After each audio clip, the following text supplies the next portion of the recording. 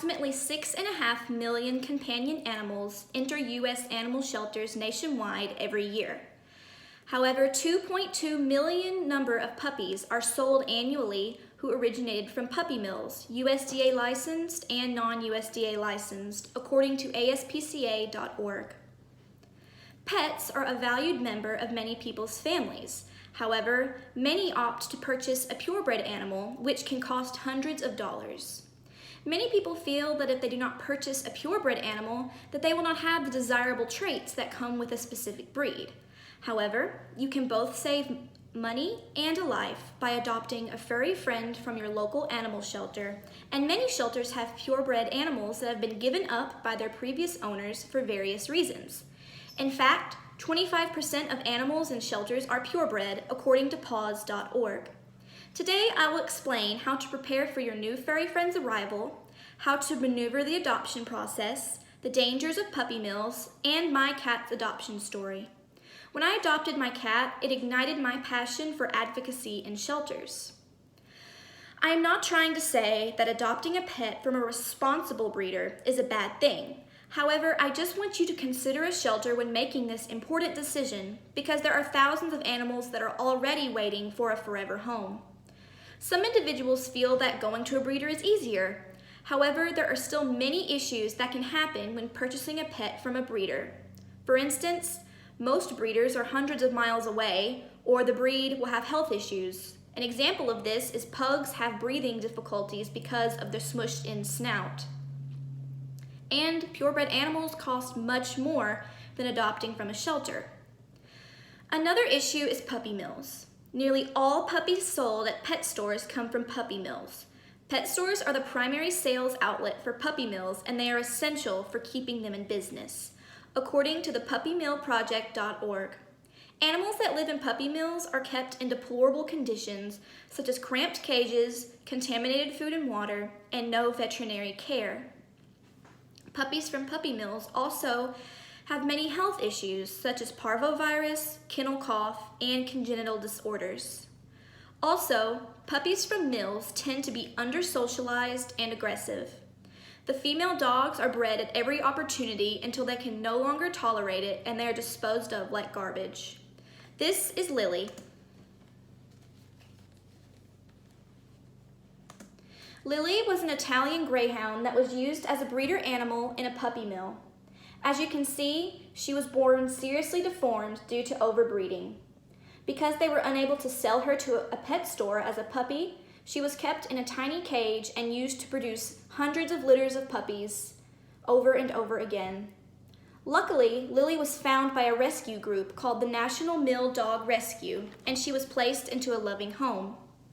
Unfortunately, Lily passed away only 15 months after being found, but she passed away knowing what it meant to be loved and cared for.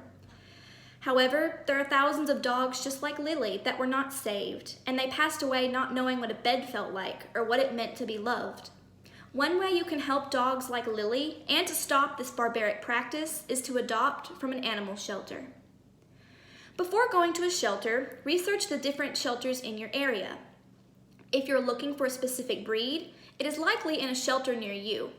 Most shelters post images of some or all of the animals they have available on Facebook or other social media platforms. When researching, ask yourself, does the shelter look clean?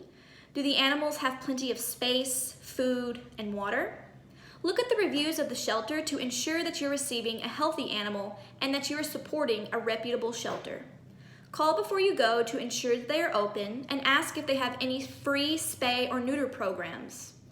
After you've chosen your shelter, make sure that your home is prepared for your new friend and purchase any bedding, food, toys, and kennels that you may need.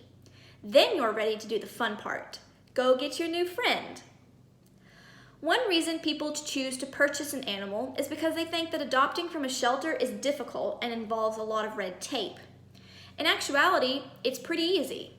After you've chosen a pet, the shelter may do a home welfare check to ensure that the environment is suitable for the animal, which involves a representative from the shelter coming into your home to see where the animal will be living and the yard space. This process is typically used when you're adopting a special needs pet. Most shelters will have you fill out some paperwork, and then you'll pay an adoption fee, which can range anywhere from $20 to $200 depending on the type of animal and whether or not the animal has received veterinary services such as spaying or vaccines. However, the fee is usually much less than if you would have paid for these services out of pocket. If your pet has not received veterinary care, it's best to take them as soon as possible for a checkup and to discuss spaying or neutering. Many local nonprofits offer free neuter vouchers, so you should also be researching those programs that are in your area.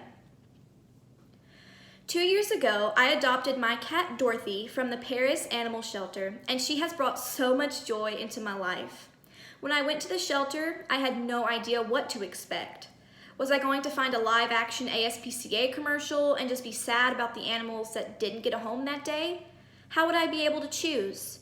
However, when I walked into the cat room, I immediately knew who was going home with me. A little scratchy-voiced calico stole my heart and inspired me to advocate for the thousands of animals that are in America's shelters. When I took her home, I had no idea how she would respond to living in the house. The animal shelter did not have much background information about her. All they knew is that she somehow wandered up to the shelter or was dropped off, and that she was about a year old. When I first let her out of her carrier into the house, she acted as if she knew exactly how to be a house cat, which makes me wonder if she had lived in someone's house before she ended up at the shelter. There were a few bumps along the road, such as when Dorothy became the bread stealer, or when she would make the occasional dash outside the door to go exploring. In conclusion, there are millions of animals in shelters that are waiting for someone like you to take the initiative to follow the adoption process and bring them into your home. Also, it's important to be informed about the tragedy of puppy mills and irresponsible breeders so that you will be better prepared to advocate for them and inform others so that this barbaric practice can be stopped. According to thehumanesociety.org, of the 3 million cats and dogs euthanized in shelters each year, approximately 2.4 million, which is 80%, were healthy and treatable and could have been adopted into new homes. Why purchase a cat or dog when there are millions dying each year? You can help prevent these needless deaths by adopting rather than shopping.